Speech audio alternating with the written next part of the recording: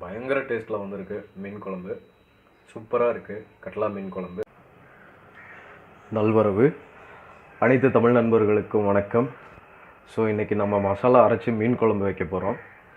So அதுக்காக நான் 1 kilo கட்லா மீன் எடுத்துகிட்டு வந்திருக்கிறேன்.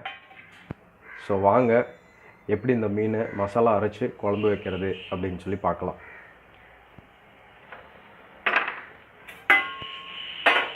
இந்த குழம்பு வைக்கிறதுக்கு பார்த்திங்கன்னா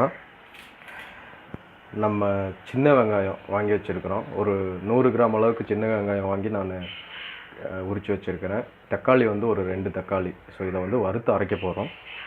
ஸோ இது மட்டும் இல்லாமல் தேங்காய் ஒரு அரை மூடி சின்ன தேங்காய் எடுத்து வச்சுருக்கிறேன் நான். இது கூட சேர்த்து 1 டேபிள் ஸ்பூன் சோம்பு சேர்த்து அரைக்க போகிறோம் நம்ம. ஸோ இதை அரைச்சி தனியாக எடுத்து வச்சுக்க போகிறோம்.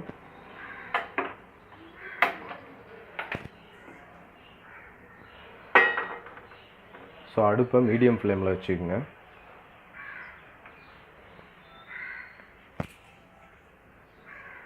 இப்போ வந்து நம்ம கட் பண்ணி வச்சுருக்கிற வெங்காயம் அப்புறம் தக்காளி அதை ரெண்டையும் போட்டுக்க போகிறோம்.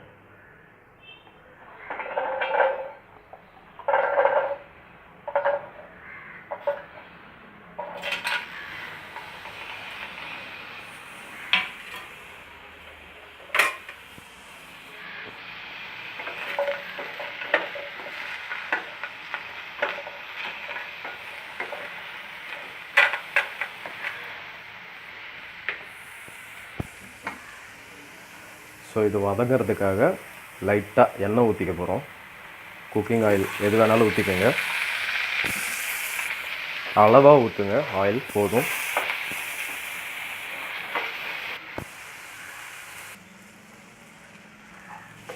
ஸோ இப்போ பாருங்கள், நல்லா வெங்காயம் தக்காளி எல்லாமே வதங்கிருச்சு. ஸோ நம்ம வெறும் வெங்காயம் தக்காளி மட்டும் போட்டு வதக்கிறதுனால அது அடி பிடிக்கும். ஸோ அது பார்த்து அப்பப்போ கிளறி விட்டுக்கிட்டே இருக்கணும். ஸோ இப்போ வந்து இது தக்காளி வெங்காயம் நல்லா வதங்கிருச்சு. பாருங்கள், நல்லா வதங்கிருச்சு. ஸோ இந்த சமயத்தில் வந்து நம்ம மசாலா தூள் எல்லாமே போட்டுக்கணும். ஸோ மல்லித்தூள் போடுறேன் ஒரு 2 டீஸ்பூன். சீரகத்தூள் ஒரு 1 டீஸ்பூன்.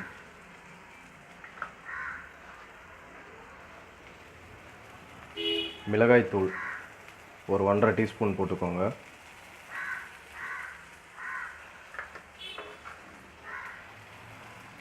அப்புறம் கரம் மசாலா தூள் ஒரு 1 டீஸ்பூன்.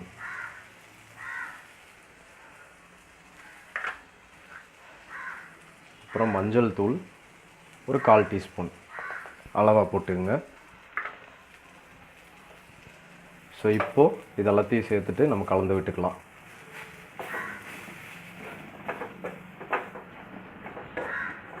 இதெல்லாமே பார்த்தீங்கன்னா மீடியம் ஃப்ளேம்லேயே வச்சு பண்ணணும்.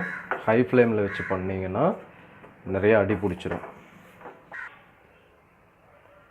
ஸோ இப்போ பாருங்கள், மசாலாலாம் போட்டு நல்லா வறுத்துட்டோம், வெங்காயம் தக்காளி.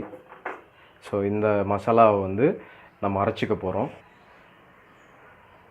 கூடவே இந்த சோம்பு சேர்த்து தேங்காய் அரைச்சி வச்சுருக்கிறோம். ஸோ இந்த தேங்காயும் வந்து நம்ம சமைக்கும்போது யூஸ் பண்ணிக்க போகிறோம். பாருங்கள், மசாலா சூப்பராக ரெடி பண்ணிட்டோம். ஸோ மசாலா அது ஆறுனதுக்கப்புறம் நான் நல்லா அரைச்சிட்டேன் தண்ணி விட்டு. ஸோ இப்போ வாங்க குழம்பு சமைக்க ஆரம்பிக்கலாம்.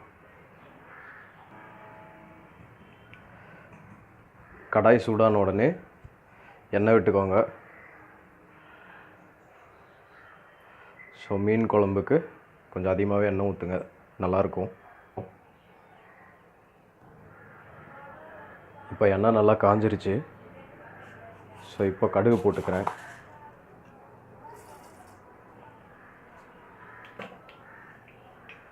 கடுகு பொரியட்டும்.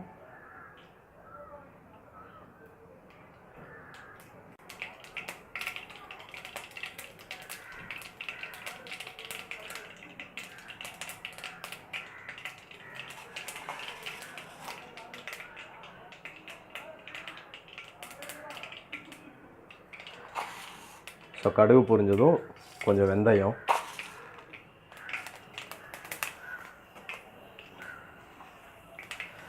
வெந்தயம் சீக்கிரமாக பொரிஞ்சிடும். ஸோ அதனால் இப்போ கட் பண்ணி வச்சுருக்கிற பெரிய வெங்காயத்தை போட்டுக்கிறோம். ஸோ தாளிக்கிறதுக்காக ஒரே ஒரு வெங்காயம் கட் பண்ணி வச்சுருந்தேன், அதுதான் இது.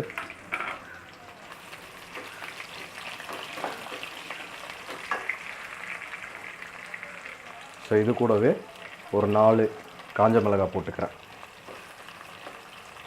நல்லா வதங்கட்டும், வைக்கலாம். இந்த ஸ்டேஜ்லேயே பார்த்தீங்கன்னா இஞ்சி பூண்டு விழுது நான் தட்டி வச்சுருக்கிறேன். ஸோ அதை சேர்த்துக்கிறேன். ஒரு பெரிய துண்டு இஞ்சி, 10 பல் பூண்டு தட்டி வச்சுருக்கிறேன், அது போட்டுக்கலாம். ஸோ மீன் குழம்புக்கு எப்போவுமே இஞ்சி பூண்டு பேஸ்ட்டு வாங்கி போடாமல் இந்த மாதிரி தட்டி போட்டிங்கன்னா அதோடய ஃப்ளேவர் நல்லாயிருக்கும், குழம்பு வாசனையாக இருக்கும். ஸோ இப்போ இதுவும் சேர்த்து வதக்கிக்கலாம்.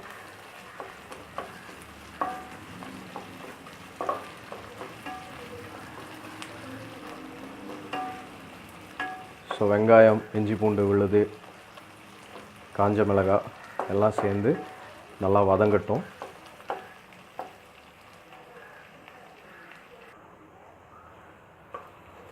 ஸோ இப்போது வெங்காயம் நல்லா வதங்கிருச்சு. ஸோ அந்த இஞ்சி பூண்டு ஃப்ளேவர் எல்லாமே நல்ல வாசனை, நல்லா வதங்கிடுச்சு இஞ்சி பூண்டு எல்லாமே. ஸோ இந்த சமயத்தில் நம்ம அரைச்சி வச்சுருக்கிற மசாலாவை இதில் ஊற்றிக்கிறோம்.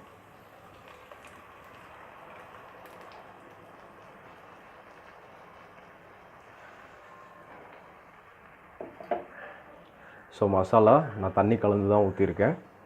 எந்தளவுக்கு தண்ணி வேணுமோ அந்தளவுக்கு நீங்களும் கலந்து ஊற்றிக்கலாம்.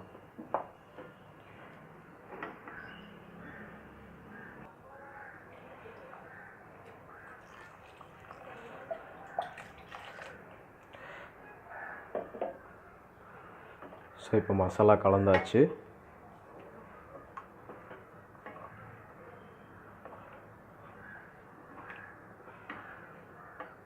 ஸோ இந்த ஸ்டேஜில் தேவையான அளவு உப்பு போட்டுக்கணும்.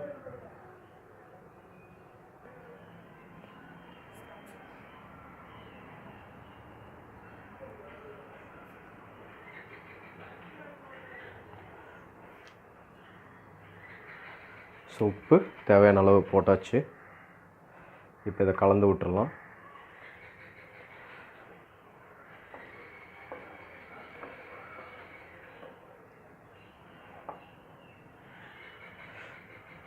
ஸோ இது கொதிக்கட்டும். கொதித்த உடனே நம்ம புளி கரைசல் ஊற்ற போகிறோம். பாருங்கள், மசாலா கொதிக்க ஆரம்பிச்சிருச்சு. ஸோ இந்த கொதி வர சமயத்தில் தான் வந்துட்டு நம்ம என்ன பண்ணணுன்னா புளி கரைசல் வந்து ஆட் பண்ணிக்கணும். ஸோ நான் ஒரு நெல்லிக்காய் சைஸில், பெரிய நெல்லிக்காய் சைஸில் புளி கரைசல் புளி எடுத்து கரைச்சி வச்சுருக்கிறேன். ஸோ அது ஊற்றிக்கிறேன். ஸோ நல்லா கலந்து விட்ருங்க. ஸோ இந்த மசாலா, இந்த புளி கரைசல், நம்ம வறுத்த வெங்காயம், தக்காளி எல்லாம் வறுத்து அரைச்சிருக்கோம். ஸோ இதெல்லாமே வந்து நல்ல பச்சை வாசனை போகிற அளவுக்கு கொதிக்கட்டும். ஸோ குழம்பு கொதிக்க ஆரம்பிச்சிருச்சு. நல்லா ஏகமாக கொதிக்கணும்.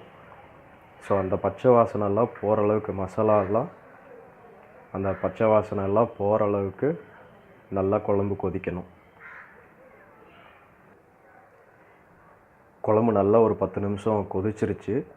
நல்லா வாசனை வர ஆரம்பிச்சிருச்சு, குழம்பு வாசனை. ஸோ இந்த ஸ்டேஜில் நம்ம அரைச்சி வச்சுருக்கிற தேங்காய், சோம்பு சேர்த்து அரைச்சி வச்சுருக்கிறோம்.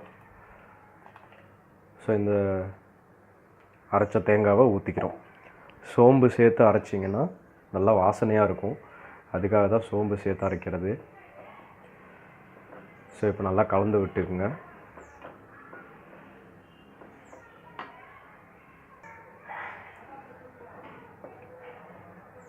ஸோ இந்த ஸ்டேஜில் உப்பு காரம்லாம் சரி பார்த்துக்குங்க.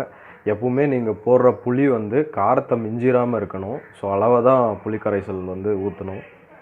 ஸோ ஒரு பெரிய நெல்லிக்காய் சைஸில் புளி எடுத்துகிட்டு அதை கரைச்சி ஊற்றினாலே போதும். ஸோ புளி அதிகமாக ஊற்றிட்டிங்கன்னா மீன் குழம்போட டேஸ்ட்டே வராது, ஒரே புளிப்பு டேஸ்ட்டாக தான் இருக்கும். ஸோ எப்போவுமே புளி வந்து காரத்தோட அளவை மிஞ்சாமல் பார்த்துக்குங்க.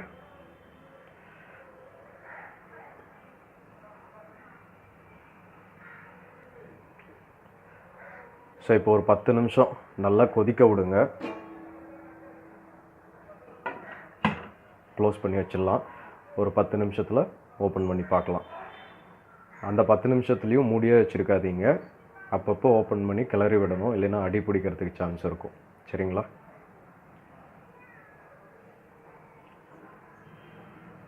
ஸோ இப்போ ஓப்பன் பண்ணி பார்த்துடலாம்.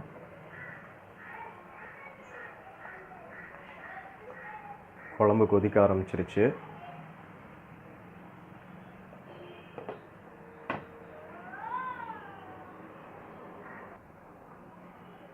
ஸோ இப்போ ஓப்பன் பண்ணி பார்க்கலாம். குழம்பு நல்லா கொதிக்குது.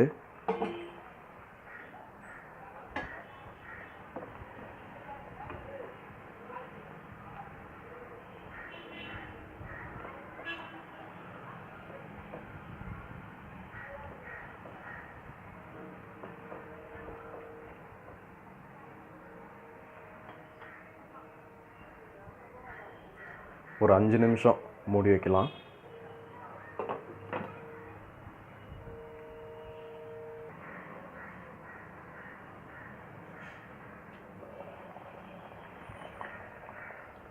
குழம்பு நல்லா கொதிச்சிருச்சு. உப்பு காரம்லாம் கரெக்டாக இருக்குது, பார்த்துட்டேன். ஸோ இப்போ வந்து அடுப்பை சிம்மில் வச்சுட்டு மீன் போட்டுடலாம் நம்ம.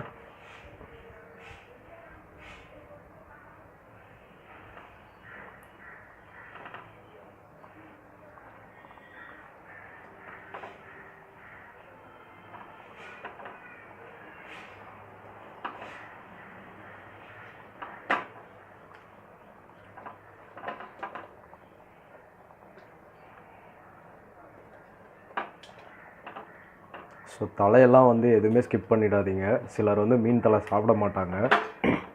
ஆக்சுவலாக மீன் தலை போட்டிங்கன்னா தான் வந்து டேஸ்ட்டே.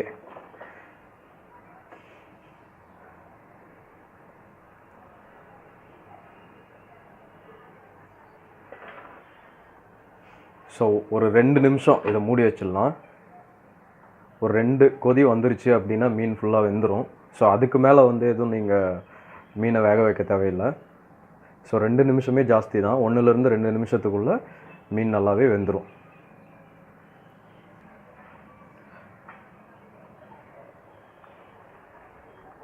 ரெண்டு நிமிஷம் ஆயிடுச்சு. மீன் குழம்பு நல்லா வெந்திருக்கும்.